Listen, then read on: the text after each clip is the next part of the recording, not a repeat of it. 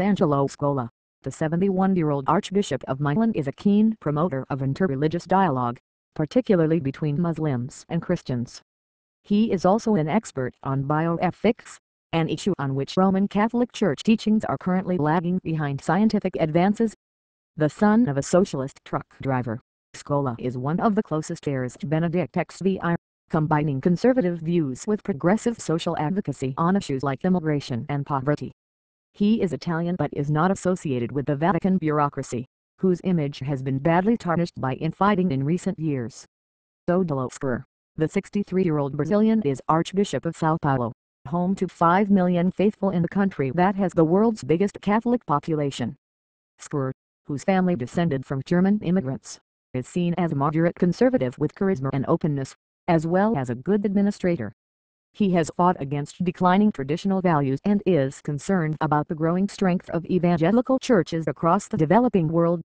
Spur is well acquainted with social problems in São Paulo, a cosmopolitan city of 11 million people facing high poverty rates, crime, youth unemployment and lack of basic services. On his archdiocesan website and in newspapers, Spur regularly offers commentary on key issues.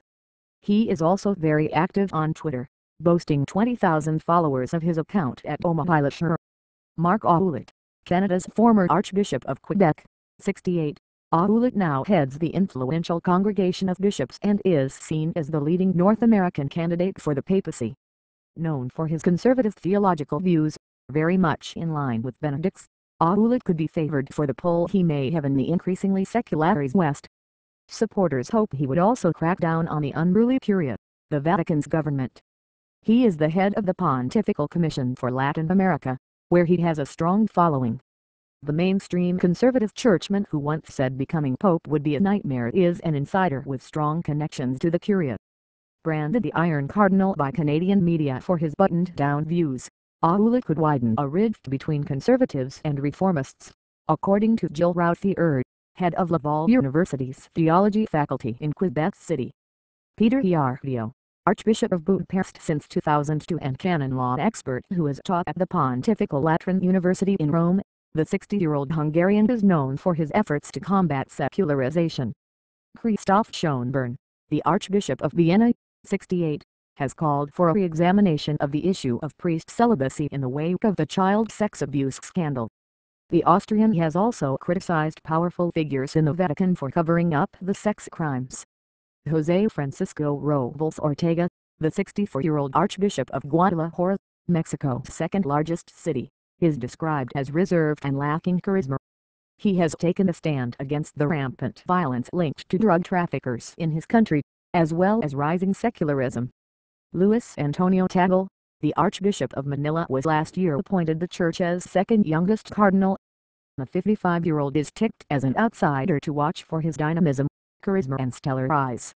His relative youth stands against him, but he is very popular in Asia and has worked closely with Benedict.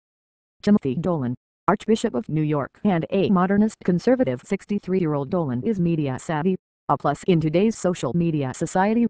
Vatican experts say his strong point lies in heading up the diocese on the front line of sex abuse scandals, but activists have criticized him for allegedly covering up cases.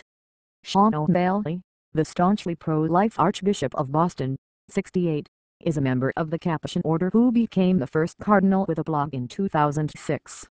He has vowed a zero-tolerance policy against sexual abuse by priests and settled dozens of claims. Wilfred Napier, South African Cardinal Wilfred Fox Napier is the 71-year-old Archbishop of Durban who has said the church is in a profound crisis and needs the new pope to implement spiritual renewal.